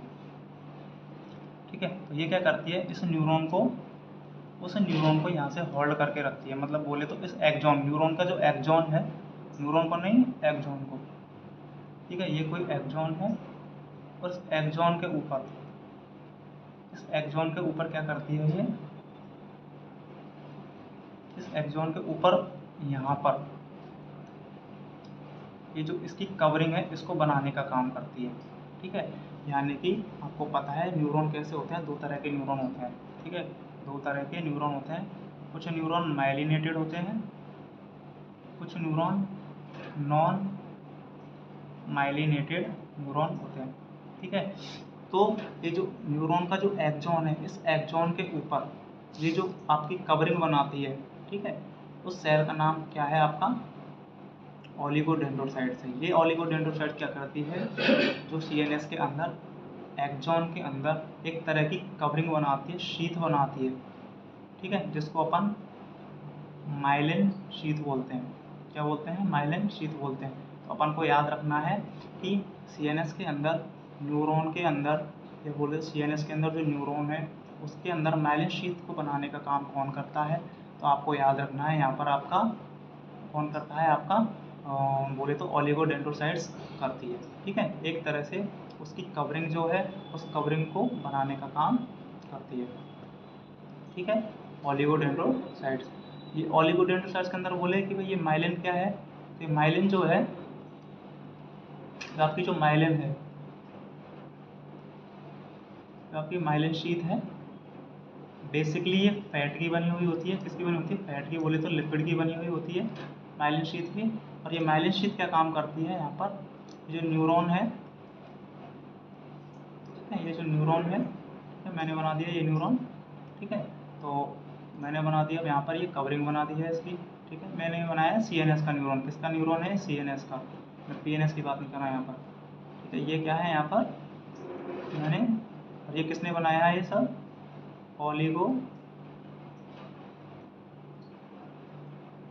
ऑलिगोडेंड्रोसाइट्स ने बनाया है। किसने बनाया है? ऑलिगोडेंड्रोसाइट्स ने बनाया है। ठीक है, तो ये जो ऑलिगोडेंड्रोसाइट्स है इसको बना रही है। एक्चुअल में होता है जब नर्व का कंडक्शन होता है, तो नर्व का कंडक्शन होता है तो एक्सॉन के थ्रू क्या होता है, यहाँ पर आगे ट्रांसमिट होता है। तो कभी कभार या फिर बोले तो सीएनएस के अंदर वो न्यूरॉन होते हैं या फिर बहुत सारे न्यूरॉन्स ऐसे होते हैं जो तो क्या करते हैं, फास्ट कंडक्शन करते हैं, और कुछ न्यूरॉन ऐसे होते हैं जो स्लो कंडक्शन करते हैं। ठीक है, तो ये जो माइलिन शीथ है आपको हेल्प करती है किसमें, किसमें? फास्ट कंडक्शन में। फास्ट कंडक्शन में कैसे? यहाँ पर जो खाली स्पेस है, यहाँ पर जो खाली स्पेस है, यहाँ पर जो खाली स्पेस है, इस खाली स्पेस को बोलते हैं अपन नोड ऑफ रेनवियर। ठीक है, क्या बोलते हैं? नोड ऑफ रेनवियर बोलते हैं। तो एक्चुअली माइलिन जो बनी है यहाँ पर, ऑलिगोडेंड्रोसाइट ने जो माइलिन बनाई है, इसका नेचर कैसा होता है? बाई नेचर कैसी होती है? ये इंसुलेटेड नेचर की होती है। कैसी होती है बाई नेचर? ये इंसुलेटेड नेचर की होती है। बोले तो यहाँ पर ये कंडक्शन को क्या करती है? अवॉइड करती है। कंडक्शन इसके अंदर नहीं होगा, यानी माइलिन शीथ के अंदर क्या होता है? कंडक्शन नहीं होता। एक तरह से बोले कि जो वायर होता है, जैसे अपने लाइट के वायर होते हैं, ठीक है, घर के अंदर जो लाइट के वायर होते हैं उसके अंदर एक कॉपर का या फिर बोले तो मेटल का क्या होता है, एक वायर होता है, उसके ऊपर कवरिंग लगी होती है प्लास्टिक की, जो रेड कलर की येलो कलर की जो कवरिंग होती है, तो वो हमको करंट से बचाता है, जिसको अपन पकड़ सकते हैं। ठीक है, तो इस तरह से जिस तरह से उस वायर के ऊपर इंसुलेटेड जो आपका कवरिंग होती है, उसी तरह से न्यूरॉन के ऊपर है ना आपके ऑलिगोडेंड्रोसाइट्स की क्या होती है? माइलिन शीथ बनी होती है, जो कि आपको उस करंट से बचाती है। ठीक है, यानी उस कंडक्शन को अवॉइड करती है। तो उसके लिए आपको अब बताओ, यदि न्यूरॉन के ऊपर पूरी मेम्ब्रेन के ऊपर क्या होगा? यहाँ पर यदि पूरी ही मेम्ब्रेन के ऊपर या पूरे ही एक्सॉन के ऊपर इस तरह की कवरिंग होती तो न्यूरॉन के अंदर कंडक्शन नहीं होता, क्योंकि ये तो क्या होती है? इंसुलेटेड नेचर की होती है, यानी कि ये अवॉइड करती है किसको? कंडक्शन को, कंडक्शन के विपरीत काम करती है। तो इसलिए क्या किया गया है, नेचर ने यहाँ पर इनके बीच में क्या छोड़ दिया है? स्पेस छोड़ दिया है। ठीक है, इन माइलिन शीथ के बीच में स्पेस छोड़ा है। तो जब कंडक्शन होता है तो यहाँ तक कंडक्शन होगा, कंडक्शन होने के बाद में ये न्यूरॉन इस तरह से जाते हैं।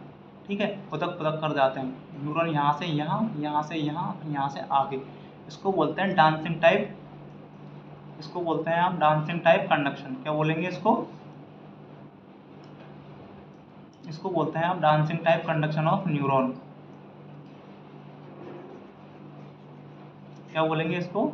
डांसिंग टाइप, मतलब न्यूरॉन के जो आपके जो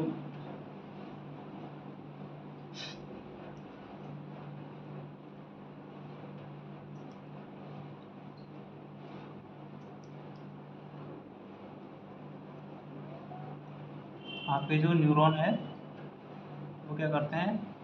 डांसिंग टाइप का क्या करते हैं? यहाँ पर मूवमेंट करते हैं, डांसिंग टाइप ऑफ कंडक्शन। ठीक है, इसी को अपन क्या बोलते हैं? साल्टेटरी कंडक्शन भी बोलते हैं। ठीक है, तो ये जो आपके यहाँ पर जो भी आपने क्या बनाए थे यहाँ पर,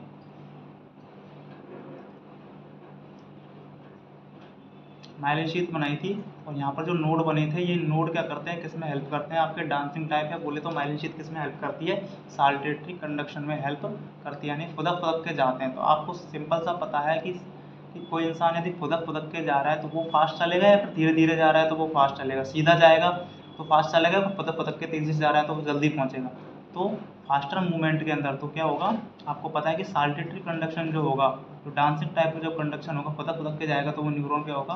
उसके अंदर कंडक्शन फास्ट होगा। ठीक है, उसके अंदर कंडक्शन फास्ट होगा। तो उस कंडीशन में आपके न्यूरॉन फास्ट एक्ट करते हैं, स्लो एक्ट करने की बजाय वो फास्ट मूवमेंट करते हैं। और जो नॉर्मली जिनके अंदर नॉन माइलिनेटेड होते हैं, जिनके अंदर माइलिन शीथ नहीं होती है, ठीक है, उस कंडीशन में कंडक्शन स्लोअर होता है। माइलिन शीथ की कंडीशन में नोड पर होकर के डांस करते करते बोले तो स्टेप बाय स्टेप कूदते हुए न्यूरॉन जाते हैं। ठीक है, कूदते हुए आपका इम्पल्स जाती है, तो इसलिए उसको क्या बोला जाता है? साल्टेटरी कंडक्शन बोला जाता है, और फास्ट मूवमेंट होता है।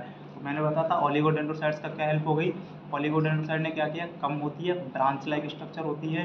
ठीक है, ये क्या करती है? न्यूरॉन के ऊपर या एक्सॉन के ऊपर आपके और ऑलिगोडेंड्रोसाइट्स क्या करती हैं? वहाँ पर एक तरह से आपके शीथ बनाने का काम करती है, और इन शीथ के बीच में वहाँ पर खाली स्पेस होता है, ठीक है। उन खाली स्पेस को वहाँ पर नोड ऑफ रेनवियर बोलते हैं, जंक्शन होता है उसको नोड ऑफ रेनवियर बोलते हैं। इन नोड ऑफ रेनवियर पर ही खुदक खुदक करके इम्पल्स क्या होती है, आगे जाती है, और खुदक खुदक के जाती है तो फास्ट मूवमेंट होता है, और फास्ट मूवमेंट जब होता है तो उसको आप डांसिंग टाइप ऑफ कंडक्शन बोलते हैं, साल्टेटरी कंडक्शन बोलते हैं। और साल्टेटरी कंडक्शन ही आपके फास्ट बोले तो कंडक्शन में या फास्ट न्यूरोनल ट्रांसमिशन में हेल्प करता है, जो कि CNS के अंदर पाए जाते हैं, और CNS के अंदर हमको फास्ट कंडक्शन की ही ज़रूरत होती है, ठीक है। ये बात आपको समझ में आई। तो ये क्या हुआ, ओलिगोडेंड्रोसाइट्स का काम हुआ। अब चौथे टाइप की जो सेल्स है, अब जो चौथे टाइप की सेल्स है न्यूरोग्लिया के अंदर, ठीक है, अपन ने पढ़ लिया कौन सा, पहला तो अपन ने पढ़ा किसके बारे में, एस्ट्रोसाइट के बारे में, ठीक है। दूसरा अपन ने पढ़ लिया किसके बारे में, माइक्रोग्लिया के बारे में। तीसरा अपन ने पढ़ा है किसके बारे में, ओलिगो डेंड्रोसाइट के बारे में। चौथा अपन ने पढ़ा है किसके बारे में, चौथा जो अब अपन पढ़ने वाले हैं, चौथी जो आपकी CNS की जो आपकी न्यूरोग्लिया है उसका नाम है एपेंडाइमल सेल। एक्चुअली जो एपेंडाइमल सेल है ये क्या है, ठीक है, एपेंडाइमल सेल, एपेंडाइमल सेल, एपेन का मतलब देखो, एपेन का मतलब है एपिथेलियम, ठीक है। चलो इसको समझने के लिए हम क्या करते हैं, इधर देखते हैं डायग्राम को वापस से। ये जो एपेंडाइमल सेल है, देखिएगा ये आपका क्या है, यहाँ पर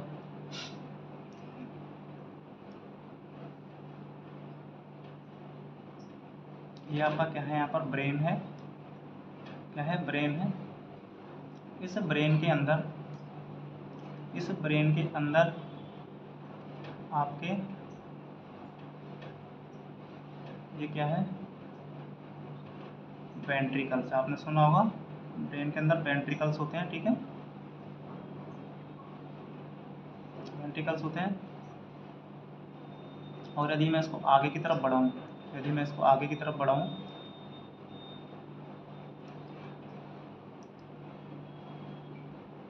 ठीक है, इसको अपन बढ़ाएं आगे की तरफ तो एक मिनट, ठीक है, तो इसको यदि अपन आगे की तरफ बढ़ाने की कोशिश करें तो ठीक है, चलो इसको बढ़ाया अपन ने आगे, ये नीचे की तरफ, ठीक है। चलो इसको यहीं पे छोड़ देंगे फिलहाल के लिए, ठीक है। ये मैंने बताया था आपका ब्रेन, अभी भाई ये बनाया है अपन ने ब्रेन, ठीक है, यह है आपका ब्रेन, ठीक है। यह है आपके ब्रेन के वेंट्रिकल्स, ठीक है। यानी कि ये क्या होता है, एक तरह से खाली स्पेस होता है, क्या होता है, एक तरह से ब्रेन के सेंटर में क्या होता है, सेंटर के अंदर क्या वेंट्रिकल्स होते हैं और खाली स्पेस होता है। बाकी साइड में क्या है, ये आपके ब्रेन टिश्यू है, ठीक है। इसी के अंदर क्या होते हैं, आपके न्यूरॉन्स पाए जाते हैं, और इसी के अंदर क्या पाई जाती है, आपकी न्यूरोग्लिया पाई जाती है, न्यूरॉन्स और न्यूरोग्लिया के अंदर पाई जाती है, ठीक है। एक्चुअली होता क्या है, नेचर ने क्या किया है, यहाँ पर जो आपकी वेंट्रिकल्स है, इस वेंट्रिकल्स की दीवारों में इस तरह की क्या होती है, सेल्स पाई जाती है। इस वेंट्रिकल की दीवारों पर क्या है, इस तरह की बहुत सारी सेल्स है, ठीक है, जो कि शेप में कैसी होती है, क्यूबोडियल शेप की होती है, ठीक है, जो कि एपिथेलियम की बनी हुई होती है। किसकी बनी हुई होती है, एपिथेलियम की लाइनिंग होती है, ठीक है। ब्रेन की जो आपका सेंट्रल पार्ट होता है, उस सेंट्रल पार्ट के अंदर वेंट्रिकल्स होते हैं, ठीक है। ये वेंट्रिकल्स कितने होते हैं, टोटल 4 होते हैं, टोटल 4 होते हैं, ठीक है, टोटल 4 वेंट्रिकल होते हैं। दो तो लेटरल होते हैं, एक थर्ड होता है और एक फोर्थ होता है, ठीक है। तो 2 लेटरल वेंट्रिकल्स, एक थर्ड वेंट्रिकल और एक फोर्थ वेंट्रिकल। तो मैं यहाँ पर सिंपली अभी लेटरल वेंट्रिकल्स की बात कर रहा हूँ, ठीक है। तो यहाँ पर क्या है, वेंट्रिकल्स की जो छत है, इस छत पर क्या होते हैं, या इस तरह से लाइनिंग होती है किसकी, सेल्स की। और ये सेल्स कौन सी सेल्स होती है, एपिथेलियम होती है, एपिथेलियम की लाइनिंग होती है, ठीक है। इसका नाम ही एक्चुअली एपेंडाइमल्स जो सेल्स है, इसका नाम ही एक्चुअली एपी मतलब एपिथेलियल सेल्स से लिया गया है, ठीक है, एपिथेलियल लाइनिंग से लिया गया है, ठीक है। तो ये जो सेल्स होती है, और इन सेल्स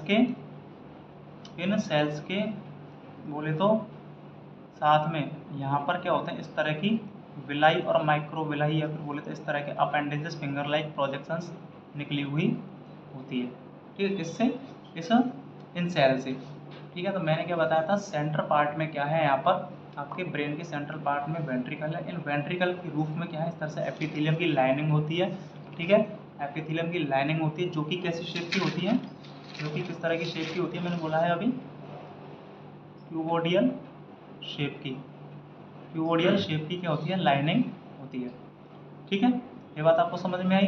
तो ब्रेन है, ब्रेन के सेंटर में आपका वेंट्रिकल्स है, वेंट्रिकल्स की लाइनिंग में ये सारी चीज़ें। एक्चुअली क्या है कि यहाँ पर आपका ऊपर की तरफ इस तरह से क्या होती है, यहाँ पर ब्लड वेसल्स होती है, क्या होती है, बहुत सारी ब्लड वेसल्स होती है ब्लड सप्लाई करने के लिए, ठीक है। बात समझ में आ रही है यहाँ तक, ये सारी क्या है, यहाँ पर ब्लड वेसल्स है। ये ब्लड वेसल्स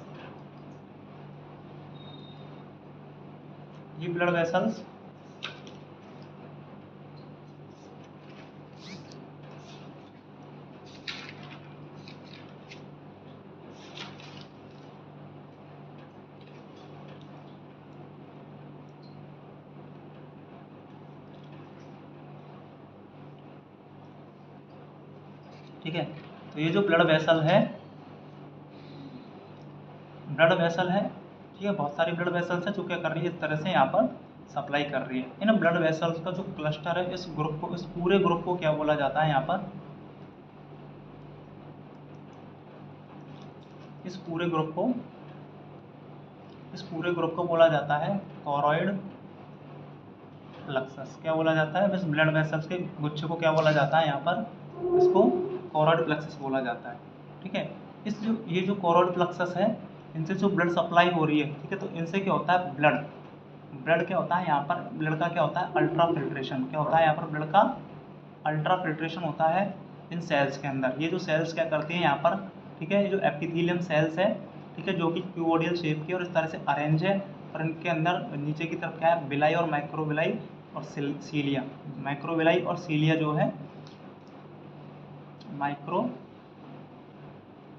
एंड सीलिया अरेंज है, ठीक है। तो ये क्या करती है, आपका जो ब्लड है उस ब्लड का क्या करती है, फिल्ट्रेशन करती है, और फिल्ट्रेशन करके इस वेंट्रिकल के अंदर एक फ्लूइड का निर्माण करती है, ठीक है। उस फ्लूइड को क्या बोला जाता है, CSF बोला जाता है। क्या बोला जाता है, CSF, बोले तो सेरिब्रो स्पाइनल फ्लूइड, ठीक है। तो मैंने क्या बताया था कि ब्रेन है, ब्रेन के सेंटर पार्ट में वेंट्रिकल्स है, इन वेंट्रिकल्स की रूफ पर क्या है, यहाँ पर आपकी इस तरह से सेल्स अरेंज होती है, जो कि एपिथेलियम लाइनिंग होती है। इन एपिथेलियम लाइनिंग के कॉर्नर्स पर बोले तो नीचे की तरफ ना, इनसे लटकी हुई है फिंगर लाइक प्रोजेक्शंस होती है, जिनको माइक्रोविलाई और सिलिया बोलते हैं। इनका क्या काम है, थोड़ा आगे बताऊंगा मैं, ठीक है। तो उसके ऊपर की तरफ इस रूफ पर बोले छत पर क्या है, यहाँ पर ब्लड वेसल्स का क्या है, एक गुच्छा होता है जो ब्लड सप्लाई करता है यहाँ पर, और ब्लड सप्लाई करने वाले इस गुच्छे को कॉरॉइड प्लेक्सस बोलते हैं। ये कॉरॉइड प्लेक्सस से आने वाला ब्लड क्या होता है, इन सेल्स के द्वारा फिल्टर होता है, और फिल्टर होकर के ये सारा की सारा कलेक्शन किसके अंदर आता है, इस वेंट्रिकल्स के अंदर आता है, ठीक है। इस वेंट्रिकल्स के अंदर जो कलेक्शन आता है, जो फ्लूइड आता है, इसको अपन साइंस की भाषा में सेरिब्रो स्पाइनल फ्लूइड बोलते हैं, क्योंकि सेरिब्रम के अंदर स्पाइनल कॉर्ड के बीच में जो स्पेस है उसके अंदर फ्लूइड कलेक्ट होता है, इसलिए उसको सेरिब्रो स्पाइनल फ्लूइड बोलते हैं। ब्रेन के अंदर फॉर्मेशन होता है, सेरिब्रम के अंदर फॉर्मेशन होता है, स्पाइनल कॉर्ड के अंदर फॉर्मेशन होता है, इसलिए सेरिब्रो स्पाइनल फ्लूइड इसका नाम दिया गया है। और ये जो सेल्स अरेंज है, इन्हीं को अपन क्या बोलते हैं, ये जो सेल्स अरेंज है इन्हीं को अपन बोलते हैं एपेंडाइमल सेल। इन सेल्स को क्या बोला जाता है, एपेंडाइमल सेल बोला जाता है, क्योंकि एपिथेलियम्स की बनी हुई होती है, लाइनिंग होती है, जिसके थ्रू अपेंडेजेस यानी कि माइक्रोविलाई और सिलिया लटके हुए होते हैं, ठीक है। अब क्या होता है आगे यदि बात करें अपन नेक्स्ट यदि अपन बात करें, तो मैंने बताया कि ये क्या है यहाँ पर आपका, ठीक है, आपका वेंट्रिकल है। मैंने बोला है कि यहाँ पर क्या है, बहुत सारी सेल्स हैं, बहुत सारी क्या है यहाँ पर सेल्स हैं। इन सेल्स से क्या हो रहा है, यहाँ पर अल्ट्रा फिल्ट्रेशन के द्वारा क्या हो रहा है, यहाँ पर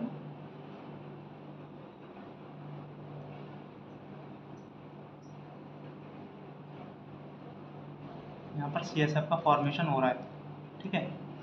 अब मैंने बताया कि यहाँ पर ये बहुत सारी क्या होती है, यहाँ पर फिंगर लाइक प्रोजेक्शंस होती है। क्या होती है? फिंगर लाइक प्रोजेक्शंस होती है। ये प्रोजेक्शंस क्या करती है? इन प्रोजेक्शन का काम क्या है?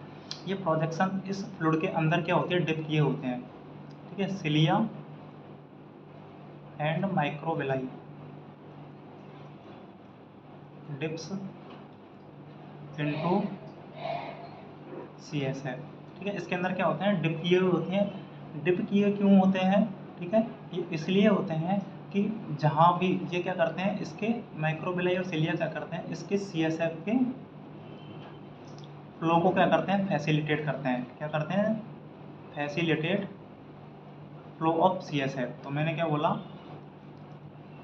बोला है कि ये जो आपके सिलिया और माइक्रोविलाई है, या फिर बोले तो सिलिया है, यहाँ पर जो फ्लूइड बना है उसके मूवमेंट में, उसके फ्लो में क्या करते हैं, हेल्प करते हैं, उसको फैसिलिटेट करते हैं, उसके मूवमेंट को कराते हैं, ठीक है, उसको फ्लो कराते हैं।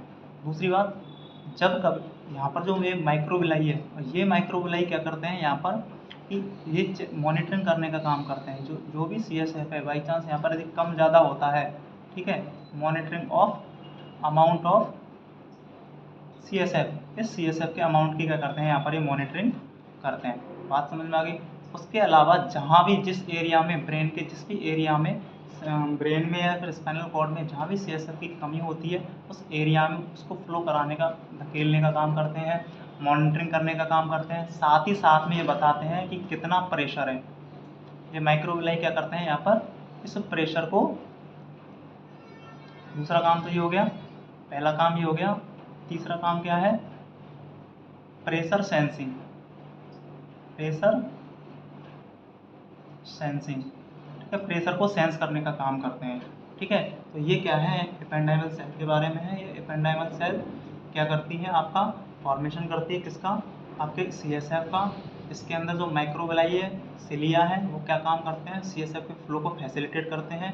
उस एरिया में, जिस एरिया में CSF कम होता है या फिर जब ज़्यादा हो जाता है, तो वहाँ पर उस कंडीशन के अंदर CSF का फ्लो यदि ज़्यादा हो रहा है, CSF का अमाउंट ज़्यादा बन रहा है, ठीक है, उस कंडीशन में उसकी मॉनिटरिंग करते हैं, उस प्रेशर को सेंस करते हैं और ब्रेन को सिग्नलिंग करते हैं कि भाई जो प्रेशर है, जो ICP है, इंट्राक्रेनियल प्रेशर है, कि वो ज़्यादा हो रहा है, CSF का प्रेशर ज़्यादा हो रहा है, ठीक है। तो उस कंडीशन में आपकी ये सारी चीज़ें, आपकी सारे के सारे इवेंट क्या होते हैं, घटित होते हैं, ठीक है, इवेंट हैपनिंग होती है इनकी सारी चीज़ों की।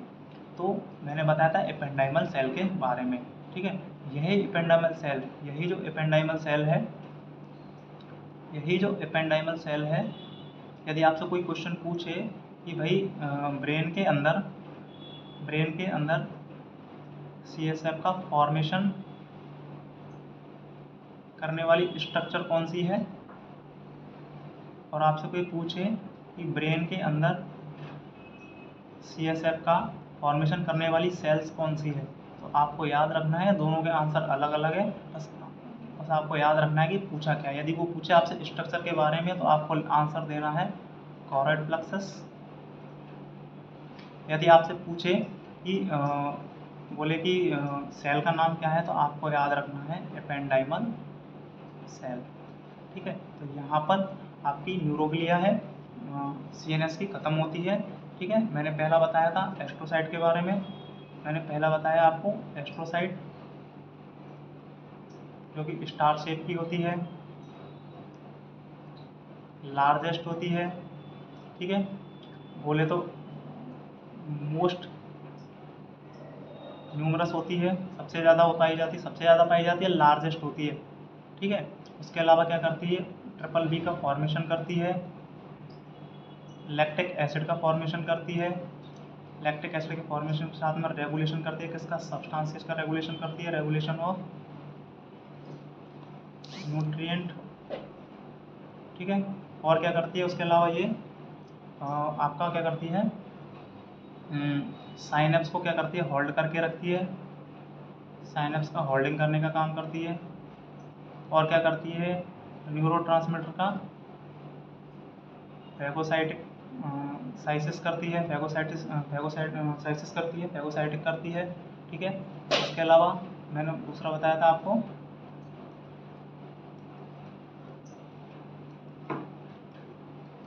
मैंने दूसरा बताया है आपको, क्या करती है आपकी माइक्रोग्लिया। माइक्रोग्लिया क्या होती है आपकी, मेन फैगोसाइटिक सेल होती है किसकी, main phagocytic cell of CNS। याद रखना, ये भी क्वेश्चन बनता है यहाँ पर कि main phagocytic cell of CNS कौन सी होती है, तो आपको याद रखना है आपकी माइक्रोग्लिया। ठीक है, मैंने बोला सब स्मॉलेस्ट होती है, सभी न्यूरोग्लिया में स्मॉलेस्ट होती है। ठीक है, कम पाई जाती है, मेन सेल होती है। उसके अलावा मैंने बोला है कि इसको मैक्रोफेज बोलते हैं, मैक्रोफेज ऑफ CNS बोलते हैं इसको। ठीक है, इसको बोलते हैं पेट्रोलिंग सेल। यहाँ पर याद रखना, ये चीज़ मैंने बताना भूल, patrolling cells of CNS। Patrolling cells मतलब है पेट्रोलिंग करने का काम करते हैं, यानी कि इस तरह से क्या करते हैं, एक तरह से गश्त लगाने का काम करती है। कहीं भी सेल डेब्रिस लड़ाई झगड़ा होता है तो वहाँ पर जो डेड मटेरियल है, वहाँ पर जो डेड मटेरियल इकट्ठा हुआ है, ठीक है, वहाँ पर जो आपका जो डेड मटेरियल वहाँ पर इकट्ठा हुआ है उसको वहाँ पर रिमूव करने का काम करती है। ठीक है, और तीसरा बताया था मैंने आपको, तीसरी सेल कौन सी होती है आपकी, ओलिगोडेंड्रोसाइट्स। ओलिगोडेंड्रोसाइट्स होती है जो कि आपका माइलिन बनाने का काम करती है। ठीक है, CNS में पाई जाती है। ये माइलिन जो होती है फैट का बनी होती है, इंसुलेटेड नेचर की होती है। जहाँ पर माइलिन होती है वहाँ पर कंडक्शन क्या होता है, नहीं होता है, कंडक्शन एब्सेंट होता है। और जिस जगह माइलिन नहीं होती है उसके माइलिन के बीच में क्या होता है, स्पेस होता है या जंक्शन होते हैं, उसको बोलते हैं आप नोड ऑफ रेनवियर बोलते हैं। ये नोड ऑफ रेनवियर ही क्या होते हैं, फास्ट कंडक्शन में क्या करते हैं, हेल्प करते हैं। ठीक है, फास्ट कंडक्शन में हेल्प करते हैं, और जिसको अपन क्या बोलते हैं, साल्टेटरी कंडक्शन बोलते हैं, साल्टेटरी कंडक्शन ऑफ बोले तो इंटरनल इम्पल्स बोला जाता है। तो इस चीज़ अपन को याद रखनी है। चौथा अपन ने क्या बताया था, चौथा मैंने बताया था आपका एपेंडाइमल सेल। चौथा बताया था मैंने एपेंडाइमल सेल। मैंने बोला कि वेंट्रिकल्स की दीवार में होती है, वेंट्रिकल्स की वॉल में या बोले तो रूफ में होती है। ठीक है, मैंने बोला कि ये एपिथीलियम होती है, एपिथीलियम की लाइनिंग होती है, क्यूबोडियल शेप की होती है। बताया मैंने अभी। CSF का क्या करती है, CSF का फॉर्मेशन करती है। CSF के फॉर्मेशन के अलावा क्या करती है, मॉनिटरिंग करती है किसकी, मॉनिटरिंग ऑफ CSF के अमाउंट की और प्रेशर की। ये काम करने का कौन कौन करता है, वहाँ पर पाई जाने वाली माइक्रोविलाई और आपकी सिलिया। ठीक है, ये सारा काम करने का काम आपकी एपेंडाइमल सेल करती है। ठीक है, अब यदि अपन बात करें तो PNS के अंदर अपन बात करें, दो न्यूरोग्लिया और बच रही है आपकी, CNS की तो अपन ने 4 पढ़ ली है। इसके अलावा रही है कौन सी अपन की, आपकी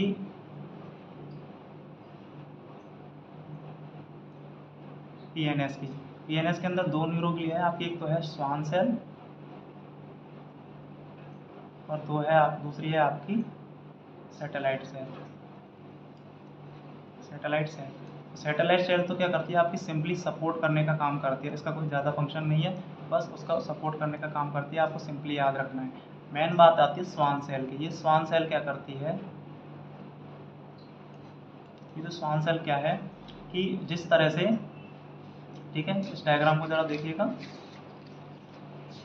मैं आपको बताऊं तो ये देखिएगा। ठीक है, यहाँ पर इस डायग्राम को यदि अपन देखेंगे, यहाँ पर इस चीज़ को देखिएगा कि जो आपकी स्वान सेल है, जो न्यूरॉन है, PNS का जो न्यूरॉन होता है, PNS का जो न्यूरॉन है पेरिफेरल नर्वस सिस्टम का, उस न्यूरॉन के अंदर ये क्या करती है, यहाँ पर माइलिन का फॉर्मेशन करती है। क्या करती है, माइलिन का फॉर्मेशन करती है। और माइलिन का फॉर्मेशन कैसे करती है ये, माइलिन का फॉर्मेशन करने में क्या करती है ये, जो एक्सॉन होता है, एक्सॉन पर इस तरह से बंडल की तरह क्या हो जाती है, रैप कर लेती है, उसको लपेट लेती है, बंडल की तरह इसको लपेट लेती है। और जो आपकी स्वान सेल है, इस स्वान सेल के अंदर आपका न्यूक्लियस और आपका सेंट्रोसोम, ठीक है, प्रेजेंट होने की वजह से ये क्या करती है, इस तरह से इस एक्सॉन को लपेटती है कि इसका न्यूक्लियस क्या हो जाता है, देखिएगा यहाँ पर बाहर की तरफ आ जाता है, ठीक है, सबसे बाहर वाली लेयर में क्या होता है, प्रदर्शित होता है, सबसे बाहर वाली लेयर में आपको दिखाई देता है। तो मेरा कहने का मतलब सिंपल सा ये है कि आपका जो स्वान सेल है, ये आपकी जिस तरह से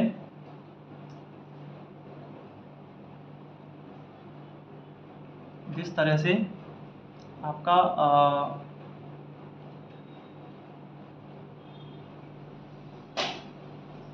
जिस तरह से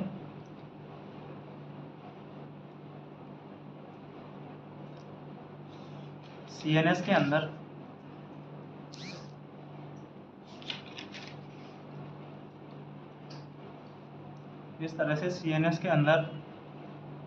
ऑलिगोडेंड्रोसाइट्स होती है, उसी तरह से PNS के अंदर ये होती है। ये भी क्या करती है, माइलिन का फॉर्मेशन करती है, माइलिन शीथ का। ये भी क्या करती है, PNS के अंदर माइलिन का फॉर्मेशन करती है। कौन, आपकी स्वान सेल। बस अंतर ये है कि ऑलिगोडेंड्रोसाइट्स के अंदर जो आपका माइलिन बनता था, ऑलिगोडेंड्रोसाइट के अंदर जो माइलिन बनता था वो कवर करके बनता था पूरी तरह से, मतलब उसको होल्ड कर लेती थी, वो क्या कर लेती थी, उसको होल्ड करके रखती थी। उसकी ब्रांच क्या करती थी, उसको एक तरह से बोले तो आप उसको होल्ड करके रखती थी इस तरह से, ठीक है।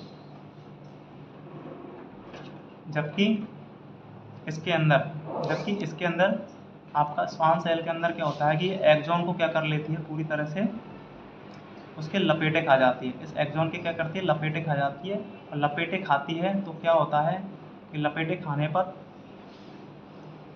खाने पर यह होता है कि इसका जो न्यूक्लियस है, इसके अंदर जो पाए जाने वाला न्यूक्लियस है, वो बाहर वाली जो लेयर है, सुपरफिशियल लेयर है, उसके अंदर प्रदर्शित होता है, ठीक है। सुपरफिशियल लेयर में क्या होता है, आपका न्यूक्लियस दिखाई देता है, ठीक है, जिसकी वजह से यहाँ पर सेल डिवीजन इजीली क्या होता है, पॉसिबल होता है। और एक साइड क्या होता है, इसका सेंट्रोसोम होने की वजह से, ठीक है, सेंट्रोसोम होने की वजह से ये सेल क्या करती है, आपके न्यूरॉन के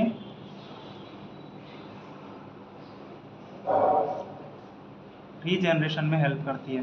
कैसे कि भाई एक साइड तो आपका न्यूक्लियस है और एक साइड क्या है, आपका सेंट्रोसोम है। तो इस सेंट्रोसोम क्या करता है, आपका बिल्कुल क्या होता है, इसके क्लोज होता है, ठीक है। तो इस न्यूरॉन में जहाँ कहीं भी क्या होती है, इंजरी होती है, ठीक है, जैसे ये डैमेज होता है तो यहाँ पर क्या करता है, इसको स्वान सेल क्या करती है, हेल्प करती है, ठीक है। तो इस सेल के अंदर जैसे ही क्या होगा, इंजरी होगी, तो ये सेल क्या होगी, यहाँ पर मल्टीप्लाई होगी, सेल डिवीजन होगा, ठीक है। और सेल डिवीजन होकर के ये क्या करती है, इस न्यूरॉन को पूरे को क्या कर देती है, रीजनरेट कर देती है। जबकि ऑलिगोडेंड्रोसाइट्स में ऐसा नहीं होता है। ऑलिगोडेंड्रोसाइट्स में क्या होता है कि वो उसका देखो, मैंने बताया था कि न्यूक्लियस कितनी दूर होता है, ठीक है। देखो मैंने बताया था कि कितनी दूर इसका क्या होता है, न्यूक्लियस देखो कहाँ पर है, ठीक है। तो इसका सेंट्रोसोम भी क्या होगा, यहाँ पर होगा, ठीक है।